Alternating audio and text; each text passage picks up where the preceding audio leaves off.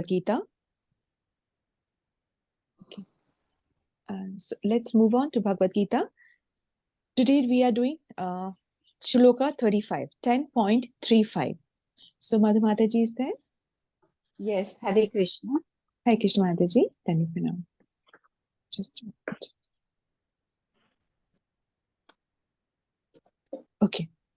Brahatsam tatha samanam Gayatri chandasam aham Masana margashishoham Ritunam kusumakarha. Yes, Mataji.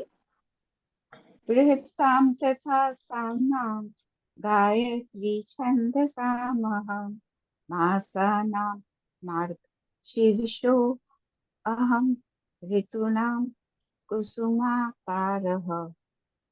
Beautiful, Mataji. Please take the translation also.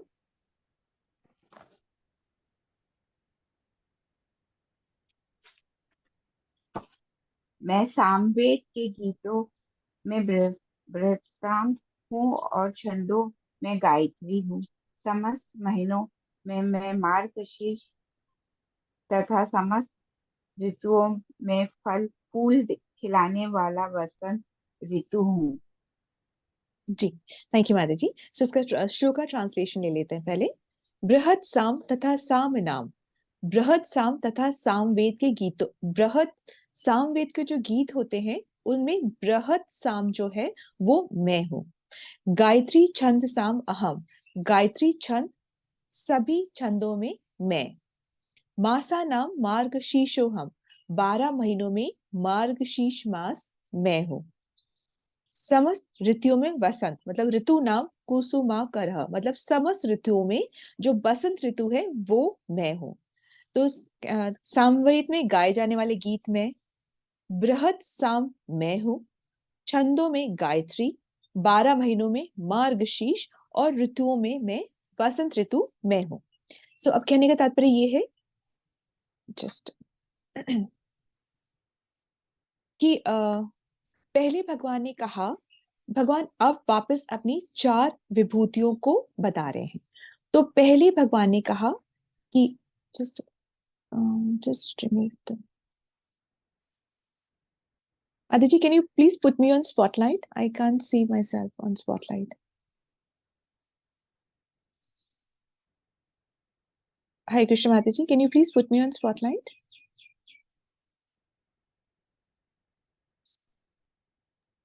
Okay, thank you. Yes, Mataji. It was there, it is again gone back. Okay, nevertheless. तो पहले कहा कि चारों वेदों में मैं सामवेद हूँ. जो सामवेद के अंदर भी, सामवेद क्या है? सामवेद वो है जहाँ पे भगवान के नाम रूप और गुण को इनका वर्णन किया गया है. तो भगवान ने पहले भी कहा कि मेरे नाम में सारी शक्ति है. अब नाम लेने में नहीं, अब जब रूप के बारे में जब बात होती है, जब उनकी लीलाओं के बारे में बात होती है, तो वहां सब में भगवान कहते हैं वहां पर मैं हूं तो मुझे ही जानो.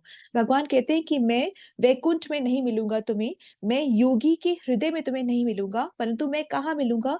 मैं भक्तों की भक्ति में तुम्हें मिलूंगा. मैं भक्तों के हृदय में रहता हूँ. जहां पे मेरे रूप का वर्णन, जहां मेरी कथा का वर्णन, जहां मेरा नाम लिया जा रहा है, हरे कृष्णा बस इतना लिया जा रहा है, वहां पे मैं उपस्थित होता हूँ. तो अब ये हम कब जान पाते हैं कि ऐसा हो रहा है? हमने बोला कृष्णा, ओहो ऐसे कृष्णा बोला और कृष्णा आ गए.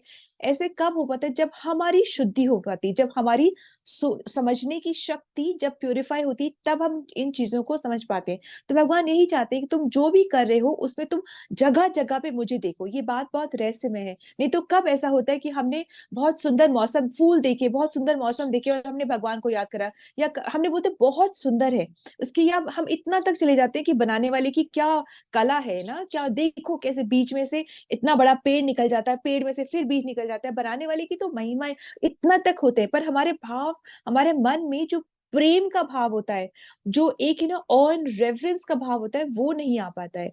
ठीक है. सो अब भगवान खैर कह रहे हैं कि जो चारों वेद है उनमें से पहले कहा था सामवेद मैं हूं. सामवेद में जो छंद आता है बृहद, बृहद साम, वो मैं हूं. इसमें इंद्र की स्तुति की जाती है और इंद्र को के बारे में बताया जा रहा है, उसमें गाया जा रहा है. तो भगवान कह रहे हैं वो मैं हूं, उनको तुम मुझको जानो. ठीक है. आगे भगवान, अब भगवान कह रहे कि छंदों छंदों में मैं गायत्री हूँ। अभी गायत्री जो मंत्र है उसके बारे में बताया जा रहा है कि गायत्री मंत्र जो किया जाता है वो भगवान गॉड रियलाइजेशन के लिए ही किया जाता है। और वो कौन कर सकते हैं गायत्री मंत्र, कौन लोग कर सकते हैं गायत्री मंत्र? हर एक कोई नहीं कर सकता है गायत्री मंत्र। वो वही लोग जो तीन जातियों में, मतलब ब्राह्मण जाति, क्षत्रिय जाति और वैष्णव। वैष्णव कौन है? ब्राह्मणों से भी उच्चकर होते हैं वैष्णव। तो ये जो तीन जातियों के जो ट्वाइस बॉर्न है, twice born Dwija, twice born बोलते हैं। ट्वाइस बॉर्न मतलब क्या होता है? पहली बार जो दीक्षा होती है उसको बोलते हैं हरि नाम दीक्षा, ठीक है ना। जो फर्स्ट दीक्षा होती है वो होती है हरि नाम दीक्षा। उसके बाद जो सेकंड दीक्षा होती है वो क्या होती है? वो ब्राह्मण दीक्षा होती है। सेकंड दीक्षा होती है ब्राह्मण दीक्षा। जब ब्राह्मण दीक्षा ले लेते हैं उसके बाद हम क्वालिफाई होते हैं गायत्री मंत्र बोलने के। और उसमें भी बहुत सारे नियम होते हैं। गायत्री मंत्र बोलते हुए शुद्ध शुद्ध होकर बोलना चाहिए, ऐसे नहीं कभी भी कहीं भी कैसे भी बोल सकते। पद्मासन में बैठना चाहिए। गायत्री मंत्र को साइलेंटली बोला जाता है, क्यों? ध्यान मुद्रा में बैठ करके बोला जाता है। गायत्री मंत्र को बोलते वक्त हम हमारी शुद्धि होनी चाहिए, बहुत अच्छे से शुद्धि होनी चाहिए। जोर जोर से नहीं बोल सकते, जैसे अभी हम सुनते हैं ना कि बहुत जोर जोर से लाउड स्पीकर पे लगा देते हैं, इससे ऑफेंस है। कई बार हम देखते हैं लोग डोरबेल पे भी गायत्री मंत्र लगा देते हैं। ये क्या है? अपराध है। और अपराधों की क्षमा नहीं है, पाप की क्षमा है, अपराध की क्षमा नहीं। ये अब हम जाने अनजाने भी करें तभी भी गायत्री मंत्र को ऐसे लाउड स्पीकर पे लगाना, डोरबेल पे लगाना, ऐसे कहीं भी कैसे भी कोई भी बोल दे, वो अपराध होता है, उसको हमें उससे बचना चाहिए। ये हमें कब पता चला? जब हम भगवत गीता का अध्ययन करें, हमें तब पता चला, नहीं तो उससे पहले तो हमें पता भी नहीं था। हम बच्चे को भी शुरू में सबसे पहले क्या गायत्री मंत्र ही सिखाते हैं, यही बोलते हैं। परंतु ये अपराध है, ऐसे नहीं बोलना चाहिए, ठीक है। सो अब जो तीन जातियों के लोग, ब्राह्मण, वैष्णव और क्षत्रिय, ये जब द्विजा होते हैं, द्विजा मतलब ट्वाइस बॉर्न। अभी तो हम सिर्फ बॉर्न हुए हैं अपने माता पिता के थ्रू इस भौतिक जगत में। अभी हमें कोई अकल नहीं है, सिर्फ माया से हम कंट्रोल्ड है। हम एक्चुअली में, हमारा जन्म कब होता है? जब हमारी फर्स्ट इनिशिएशन होती है, जब हम तत्वों को समझते हैं, अपनी स्थिति, अपनी सिचुएशन, अपना स्टेटस समझते हैं कि हम स्टेटस हमारा क्या है, तब हमारा फर्स्ट बर्थ होता है। और सेकंड बर्थ कब होता है? जब हम ब्राह्मण इनिशिएशन होते हैं। मतलब कब होता है? जब हम इसके बाद सेकंड हमारी जब दीक्षा होती है तब ब्राह्मण। उसके बाद हम क्वालिफाई करते हैं गायत्री मंत्र बोलने के, ठीक है। तो अब जो ब्राह्मण लोग होते हैं जो चॉइस इनिशिएटेड है, वो 3 बारी गायत्री करते, दिन में 3 बारी गायत्री करते। फर्स्ट कब? जब सूर्य उदय होता है तब। सेकंड कब? जब सूर्य मध्यान्ह में होता है तब। और थर्ड कब? जब सूर्य अस्त होता है तब। ये 3 बार गायत्री करते हैं, ठीक है। ये गायत्री क्यों की जाती है, गायत्री मंत्र क्यों कहा जाता है? ये शक्ति और कृपा प्राप्त करने के लिए। शक्ति क्यों? भक्ति के लिए शक्ति चाहिए होती है। तो शक्ति और भगवान की कृपा प्राप्त करने के लिए ये गायत्री मंत्र किया जाता है, ठीक है।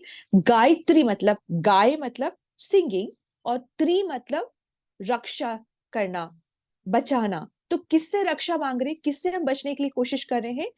कि जो लोग गायत्री करते हैं वो लोग भौतिक जगत से बच जाते हैं, वो तर जाते हैं, वो पार हो जाते हैं। भौतिक जगत को कौन रूल करता है, कौन इसको कंट्रोल करता है? माया देवी।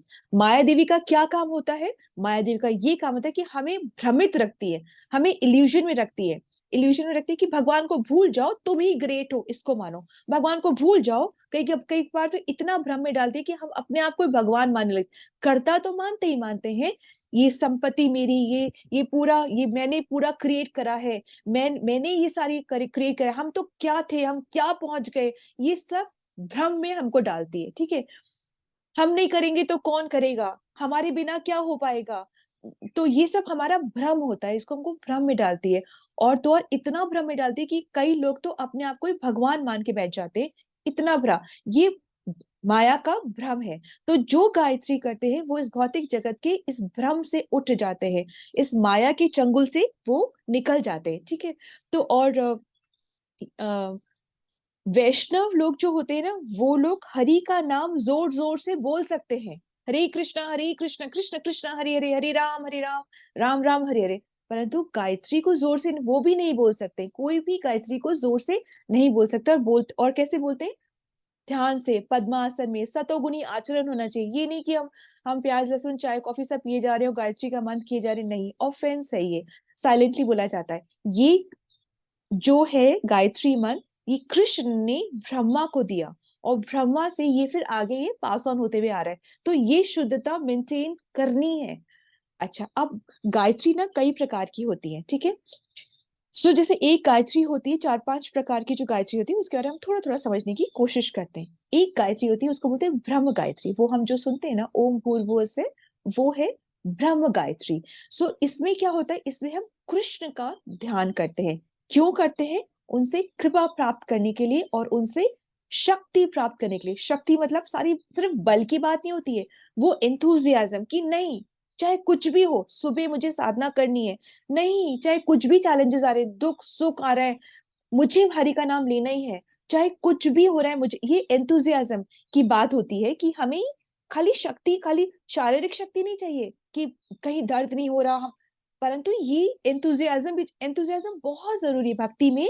एंथुजियाज्म बहुत जरूरी, तीन चीजें बहुत जरूरी होती है ना यूं तो। क्या क्या जरूरी होती है हमारी भक्ति के अंदर में? 1 2 एंड 3। क्या? एंथुजियाज्म बहुत जरूरी होता है, और क्या होता है? पेशेंस बहुत प्रेम जरूरी और होता है। समर्पण। हाँ, प्रेम निश्चय। प्रेम समर्पण तो और ये तो, समर्पण। हाँ ये तो होता ही है। निश्चय। श्रद्धा और सब पेशेंस। दृढ़ता हाँ निश्चय। हाँ, ये जो बोल रहे हैं ना, ये बोलिए तो उसको बोलिए। दृढ़ता निश्चय और एक और धैर्य। धैर्य, ठीक है। तो एंथुजियाज्म बहुत जरूरी होता है हमारे को भक्ति में, पेशेंस रखना बहुत जरूरी होता है, और डिटर्मिनेशन, ये दृढ़ता कि ना हमें करना है, ये बहुत जरूरी होता है। देखो अब भी पता है क्या है, आप ना 3 दिन अपनी साधना मत करो, क्लास से मत आओ, कोई बात नहीं, हफ्ता कैसे निकल जाएगा आपको पता ही नहीं चलेगा। हफ्ते से पता है 2 हफ्ते कैसे निकल जाएंगे आपको पता ही नहीं चलेगा, और आपको लगेगा अरे क्या है, कर लेंगे ना, कोई बात नहीं। ऐसे होता जाता है, यूं फिसलती है, आने में ऐसे लगता है बहुत आसान है, और हाथों से यूं फिसलती है भक्ति। 3 दिन क्लास में आप मत आओ, 3 दिन अपनी साधना मत करो, 3 दिन अपना जप मत करो, हफ्ता यूं निकल जाएगा, हफ्ते से महीना निकल जाएगा, और आपको लगेगा यही थोड़ी ना सब कुछ है।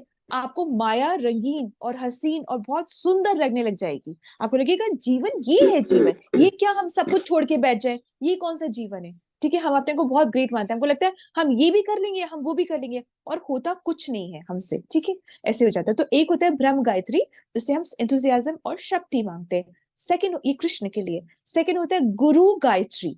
गुरु गायत्री में क्या होता है, इसमें से हम अपने गुरु से शक्ति लेते हैं। गुरु से शक्ति लेते हैं मतलब कोई तंत्र वंत्र नहीं हो रहा है यहाँ पे, गुरु का हम ध्यान करते हैं कि जैसे गुरु सेवा में है, हम भी कैसे सेवा में हो सके। तो गुरु से हम शक्ति, जैसे क्या बोलते हैं, गुरु से, जैसे दीक्षा गुरु है, शिक्षा गुरु है, और कौन है, सेवक भगवान जो है। सेवक भगवान कौन हुए? कौन है सेवक भगवान? बलराम। क्यों? क्योंकि ये सेवा में है तो भगवान ही ना, परंतु सेवा में है। इसी तरीके से संकर्षण, ये सेवा में है, ये सब सेवा में है। अनंत शेष, ये सब सेवा में है। तो उनसे हम क्या मांगते हैं? हम कृपा मांगते हैं कि हम भी ऐसी सेवा कर पाए, हमें भी वो शक्ति हो कि हम भी ऐसी सेवा कर पाए, ठीक है। फिर थर्ड आता है गौर गायत्री। गौर गायत्री में हम महाप्रभु का चिंतन करते हैं, महाप्रभु से प्रार्थना करते हैं, और उनका हम ध्यान करते हैं, क्योंकि भगवान की भक्ति कैसे करनी है ये कौन सिखा रहा है? हरे कृष्णा महामंत्र हमें किसने दिया है? महाप्रभु ने। तो हम उनसे प्रार्थना करते हैं कि हम इसको अच्छे से कर पाए। फिर नेक्स्ट हो फोर्थ जो है गोपाल गायत्री। क्या है? फोर्थ है गोपाल गायत्री। इसमें कृष्ण के 3 रूप का हम ध्यान करते हैं। ये गायत्री की बातें चल रही है, हमारे लेवल से भी बहुत ऊपर है ये, ठीक है। तो इसमें गोपाल गायत्री में कृष्ण के 3 रूप का ध्यान करते हैं। एक है मदन मोहन का रूप, दूसरा है गोविंद, गोविंद देव जी का गोविंद का रूप, और तीसरा है गोपीनाथ का रूप। इनका हम ध्यान करते हैं। ये मतलब कि क्यों ध्यान करते हैं? क्योंकि हम कुछ भी चीज करने के लिए, किसी को भी समझने के लिए, सबसे पहले हम क्या करते हैं? रिश्ता कायम करते हैं, संबंध कायम करते हैं ना, रिलेशन कायम करते हैं। उसके बाद सेकंड स्टेप क्या होता है? हम उसका प्रोसेस समझते हैं कि प्रोसेस क्या है हमारा, ये रिश्ता कायम करने का हमारा प्रोसेस क्या है, उसको बोलते हैं अभ्युदय। और थर्ड क्या है? प्रयोजन, कि इससे हमें, इसका पर्पस क्या है, इससे हमें मिलेगा क्या, इसका पर्पस क्या है। कुछ भी चीज आप देख लो, कुछ भी चीज का समझने की कोशिश करो, पहले आप उससे रिश्ता कायम करते हो, फिर आपका प्रोसेस समझते हो, फिर उसका पर्पस समझते हो। जैसे आपको एक नई गाड़ी भी क्यों ना लेनी हो, तो उससे पहले आप रिश्ता बनाते हो, हाय मेरे पास भी ऐसी गाड़ी हो तो कितना अच्छा हो, मेरे पास, मैंने रिश्ता बनाया, ठीक है। उसके बाद में फिर मैं क्या करूंगी, अभ्युदय, मतलब प्रोसेस क्या है, अच्छा मुझे लोन, फिक्स डिपॉजिट करना पड़ेगा, लोन लेना पड़ेगा क्या, अच्छा नहीं वहां से मैं ले सकती हूँ, उसको बेच के, ये क्या हमने प्रोसेस। पर्पस, पर्पस क्या है, अगर मेरे पास गाड़ी आ जाएगी तो मैं जयपुर से दिल्ली 2-3 घंटे में पहुंच जाऊंगी, मैं अपने ऑफिस आराम से पहुंच सकती हूँ, जो भी कुछ है हमारा, मैं मंदिर अच्छे से जा सकती हूँ, मुझे फिर ओबर ओला नहीं करना पड़ेगा, ये हमारा क्या पर्पस है, प्रयोजन है। इसलिए भगवान से रिश्ता बनाना, फिर उसके बाद रिश्ता बनाने का उसका प्रोसेस क्या है, और फिर पर्पस क्या है, पर्पस क्या है, गोलोक वृंदावन, ठीक है, ये प्रोसेस है। तो ये हुआ गोपाल गायत्री। इसके बाद आता है काम गायत्री। काम मतलब यहाँ पर भौतिक काम की बात नहीं हो रही है, यहाँ पे ट्रांसेंडेंटल काम की बात हो रही है। ट्रांसेंडेंटल काम वो होता है, मतलब कि दिव्य काम, इसको बोलते हैं दिव्य काम। इसमें क्या होता है कि सभी जीव कृष्ण की प्रार्थना ही करते हैं, और वो कृष्ण की दिव्य लीलाओं में सम्मिलित होने की प्रार्थना करते हैं, दिव्य की सॉरी कृष्ण की रास लीला में शामिल होने की प्रार्थना करते हैं। क्या है कि रास लीला, या जो ये सारा 10th, भागवतम के 10th चैप्टर में दिया हुआ है।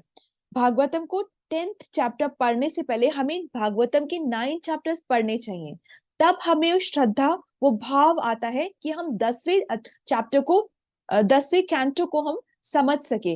नहीं तो फिर क्या आता है, हमें लगता है ओ ये तो कृष्ण तो रासलीला करे, तो हम भी तो कर सकते हैं, तो इसमें क्या, ये तो ट्रायंगल लव है, उन्होंने ऐसे क्या करा, वो कहां से भगवान हो गए, ये भगवान हो के कोई ऐसे से आचरण करता है। हम ये सब बातों में रहते हैं, हम उसको, उसकी गहराई को समझ ही नहीं पाते। प्रभुपाद जी भी कृष्ण की रासलीला के बारे में ज्यादा पर्पस नहीं बताते। क्यों? क्योंकि वो कहते हैं कि मैं इसके अभी क्वालिफाइड ही नहीं हूँ। He says that I am not qualified. अगर प्रभुपाद जी कह रहे हैं कि आई एम नॉट क्वालिफाइड, तो हम लोग तो सुनने की भी क्वालिफाइड नहीं है, बोलना तो सोच छोड़ ही दो, हम तो सुनने की भी क्वालिफाइड है। इसलिए राधा रानी की बातें, रासलीला की बातें यूं ही पब्लिक में की नहीं जाती है, और यूं ही सुनी भी नहीं जाती है। परंतु जो इस बात को, इस विषय को, इस गूढ़ता को बहुत ध्यान से नहीं जानते, उनको क्या लगता है, छोड़ो ये भक्ति की बातें, हमें तो लीलाएं बताओ, रास लीलाएं बताओ, हमें तो कैसे हुआ था ये बताओ, उनको उसमें इंटरेस्ट आता है। ये क्या है, ये अज्ञानता है। तो ऐसे में क्या करना चाहिए, ऐसे में इन्वॉल्व नहीं होना चाहिए। हर, ठीक है, प्रेम डेवलप करने के लिए लीलाएं सुनने अलग बात है, परंतु हम अभी क्वालिफाइड नहीं है रास लीलाओं की बातें सुनने के लिए। Is it okay? सो अब गायत्री जो है ना, अब गायत्री कौन है, गायत्री मंत्र क्या है? गायत्री मंत्र भगवान की फ्लूट से निकलता है। जब भगवान बांसुरी बजाते तो भगवान की फ्लूट से गायत्री मंत्र निकलता है। और ये जो गायत्री है ना, ये सभी वेदों की माता है। सभी वेद इन्हीं में से, सारे वेद, सारे उपनिषद, जो इतिहास है, जैसे ना ये सब कुछ इसी में से ही निकला है। अब ये तो गायत्री के बारे में हो गई। अब भगवान कह रहे हैं कि 12 महीनों में मार्गशीर्ष मैं हूं। तो कार्तिक क्या था, कार्तिक में हमने इतना क्यों किया? अगर बोले मार्गशीर्ष में हो, वो मार्गशीर्ष कौन सा राधा महीना? वो हाँ जी, राधा रानी का महीना है, इसलिए कार्तिक की इम्पोर्टेंस है। हाँ, क्योंकि कृष्ण को सबसे ज्यादा क्या पसंद है, राधा, राधा रानी, है ना। तो हम वो कार्तिक हम किस लिए करते हैं, कृष्ण को प्रसन्न करने के लिए, क्योंकि वो राधा रानी का है। और अभी ये मार्गशीर्ष जो नवंबर दिसंबर का महीना है, भगवान कहते हैं ये तो मुझे मानो, ठीक है। तो इसमें भगवान खुद बोलते हैं मैं खुद हूँ, इस महीने को तुम मुझे मानो, ठीक है, ये महीना करो तो राधा रानी को प्रसन्न करो। सो ये बात हो जाती है। तो कार्तिक में शरद पूर्णिमा आती है। शरद पूर्णिमा में रास होता है। रास के समय जो मौसम होता है बहुत सुंदर होता है, ना ज्यादा गर्मी होती है ना ज्यादा सर्दी होती है, और बहुत सुंदर मौसम होता है। और अब उसके बाद फिर आता है मार्गशीर्ष। मार्गशीर्ष में क्या होता है कि अन्न भी पकता है, नया अन्न भी आता है, ठीक है। अन्न क्यों इंपॉर्टेंट है, अन्न इतना ज्यादा क्यों इंपॉर्टेंट है, क्यों इंपॉर्टेंट होता है अन्न? क्योंकि अन्न से ही हमारी उत्पत्ति है, अन्न से ही जीवन है। कैसे? कैसे अन्न से जीवन कैसे हो जाता है? बारिश में, बारिश से बारिश से जीव नीचे आता है, बारिश से अन्न होता है, अन्न खा करके फिर वो अन्न खाया जाता है, फिर वो मेल की वीर्या में होता है, फिर वो फीमेल में ट्रांसफर होता है, और फिर हम यहाँ भौतिक जगत में हमारी उत्पत्ति होती है, हमारा बर्थ होता है। Is it okay? We understand that? कैसे होता है? वर्षा से अन्न, अन्न से हम मनुष्य मतलब जो मेल होता है वो खाता है, उससे बाद उसका जो होता है वो ट्रांसफर होता है विमेन में, और फिर बर्थ होता है। सो ये पूरा प्रोसेस होता है, ठीक है। ऋतुओं में मैं वसंत ऋतु हूँ। वसंत ऋतु क्यों? क्योंकि ये वसंत ऋतु में बिना बारिश के ही फल फूल से सारी सृष्टि भर जाती है, सब जगह भर जाता है फल फूल, ठीक है।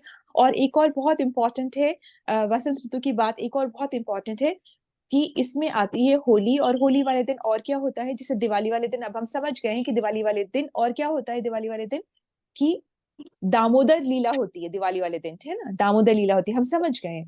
अच्छा, अब होली पे क्या होता है? होली पे भी कुछ तो बहुत अच्छा होता है। क्या होता है होली पर? प्रहलाद का। हाँ, अच्छा, ठीक है। आ, होलिका दहन, ठीक है। और और चैतन्य महाप्रभु का भी, चैतन्य महाप्रभु भी प्रकट होते हैं होली वाले दिन ही, ठीक है। सो वो भी होता है। जब अब आएगा तब हम इसको और इलाबरेट तरीके से इसको करेंगे। वेरी नाइस माता जी, थैंक यू सो मच। तो कहने का तात्पर्य ये है कि भगवान ने छोटी छोटी बातें बता रही कि तुम मुझे जानो, मुझे देखो, कि जिससे कि हम भगवान को देख सके। वरना तो क्या होगा, हम अपनी इंद्रिय तृप्ति में ही, हम इंद्रिय तृप्ति में ही मस्त रहेंगे, उसी में ही मगन रहेंगे। फिर इंद्रिय तृप्ति क्या है? इंद्रिय तृप्ति करने से प्रॉब्लम क्या है? क्या फर्क क्या है भाई? इंद्रिया दी है तो हम तृप्त ना करें इसको क्या? आंखें दी तो बंद कर देखिए ना। इंद्रिय तृप्ति क्यों बोलते हैं कि इंद्रिय तृप्ति से उठ करके हमको क्या अपनी इंद्रियों को चैनलाइज करना है? क्यों बोलते हैं? इंद्रिय तृप्ति में प्रॉब्लम क्या है? माता जी, इंद्रियां कभी तृप्त होती ही नहीं है, एक खत्म बिल्कुल सही होती है माता तो जी। दूसरी जाती है। ये भ्रम है कि तृप्ति उसमें लगा हुआ है, वो हमेशा हाँ, अतृप्ति रहती है। बिल्कुल माता जी, बिल्कुल। और इंद्रिय सुख एक्चुअली दुख का कारण है। इसको कभी बहुत अच्छे से समझिएगा कि इंद्रिय सुख लेना एक्चुअल दुख का कारण है, ठीक है। उसमें हमें दुख नहीं मिलता है, ठीक है। सो तो हमें इसके लिए ना बहुत जरूरी है, पता है कि हम सोचते हैं कि हम सब कुछ मैनेज कर लेंगे, हम माया को मैनेज कर लेंगे, हम ये भी मैनेज कर लेंगे। परंतु जब हो सके तब एटलीस्ट तब हमें स्पिरिचुअल एनवायरनमेंट में रहना चाहिए। हमें मतलब भक्तों का संग करना चाहिए, और हम अपने आप को दास मानना चाहिए, और दास मान के सेवा करना बहुत जरूरी है। सिर्फ देखो, बहुत तीनों अभी बोला ना, तीनों एनवायरनमेंट, तीनों चीजें बहुत जरूरी है। तीन चीज क्या बोली? नंबर वन क्या बोला? क्विकली, नंबर वन क्या बोला? कि एनवायरनमेंट बहुत जरूरी है। हम माया से लड़े ऐसा हम सोच ही नहीं सकते। कितना हम सोच लें कि हम माया में भी बहुत एंजॉय कर लेंगे और हम स्पिरिचुअली भी बहुत एंजॉय कर लेंगे, अरे नहीं होगा, नहीं होता। बहुत डिफिकल्ट है, बहुत डिफिकल्ट है। माया से हम नहीं लड़ सकते। माया बहुत बड़ी शक्ति है। तो हम सोचिए ना, तो इसलिए इससे बचकर ही रहना चाहिए। थोड़ा थोड़ा माया से बचकर रहना बहुत जरूरी है। माया से भिड़ नहीं सकते, उसको चैलेंज नहीं कर सकते। अरे तुम क्या चीज हो, हम तुमको we will get over you, नहीं कर सकते हम। तो बोलो कि भाई यू आर ग्रेट, हम तुमसे नहीं बेच सकते। तो हमें क्या करना होगा? स्पिरिचुअल एनवायरनमेंट रखना होगा। अपने आप को क्या मानना होगा? अपने आप को क्या मानना होगा? दास मानना होगा, ठीक है। और अच्छा, अब हमने स्पिरिचुअल एनवायरनमेंट भी हो गया, हम दास है, ये भी हो गया। उसके बाद करना क्या है? हम भजन करें बस, हम माला करें बस, बहुत बहुत हो गया। हम माला करें, हमारी माला करें भाई, भगवत गीता पढ़े, और क्या करें, क्या करें, इतना काफी है। फिर 1 घंटे में इतना ही हो सकता है, उसके बाद हम नहीं कर सकते। तो क्या क्या करना बहुत जरूरी? सेवा करना बहुत जरूरी है, सर्विस लेना बहुत जरूरी है। कहीं भी सेवा लो, आप कुछ भी सेवा लो। पहले मुझे ऐसा लगता था कि सिर्फ गुरुद्वारा में सेवा होती है, और तो कोई सेवा करता ही नहीं। और मुझे बड़ा अच्छा लगता था कि कैसे वो लोग कितने विनम्र भाव से, कभी कोई वो उसकी जूतों की सेवा करता है, कभी कोई सेवा करता है। और हम मुझे लगता था हमारे यहाँ तो कुछ होता ही नहीं, परंतु होता है, हमें ही पता नहीं है। You understand? होता है, ऐसा नहीं कि हमारे पास नहीं है, पर हमें पता ही नहीं है। सब लोग क्रिश्चियन अपनी बाइबल पढ़ते हैं, वो लोग अपनी कुरान पढ़ते हैं, सबके पास अपनी बुक्स लेके चलते हैं, कितना आदर भाव से लेके चलते हैं। हम क्या करते हैं? और हम क्यों नहीं करते? कभी सोचा है क्यों नहीं करते? मनाही नहीं है, हमें सब पढ़ना चाहिए, कुरान भी पढ़ो, बाइबल भी पढ़ो, सब पढ़ो। पर क्या अपनी हम भगवत गीता नहीं पढ़ सकते? उसको हम नहीं समझ सकते? और नहीं समझ सकते तो फिर मनुष्य जीवन हम बिल्कुल टाइम वेस्ट कर रहे हैं, ठीक है। हरे कृष्णा। धन्यवाद। श्रील प्रभुपाद की श्रीमद् भगवत गीता की जय। हरे Krishna. let's move to another service. Any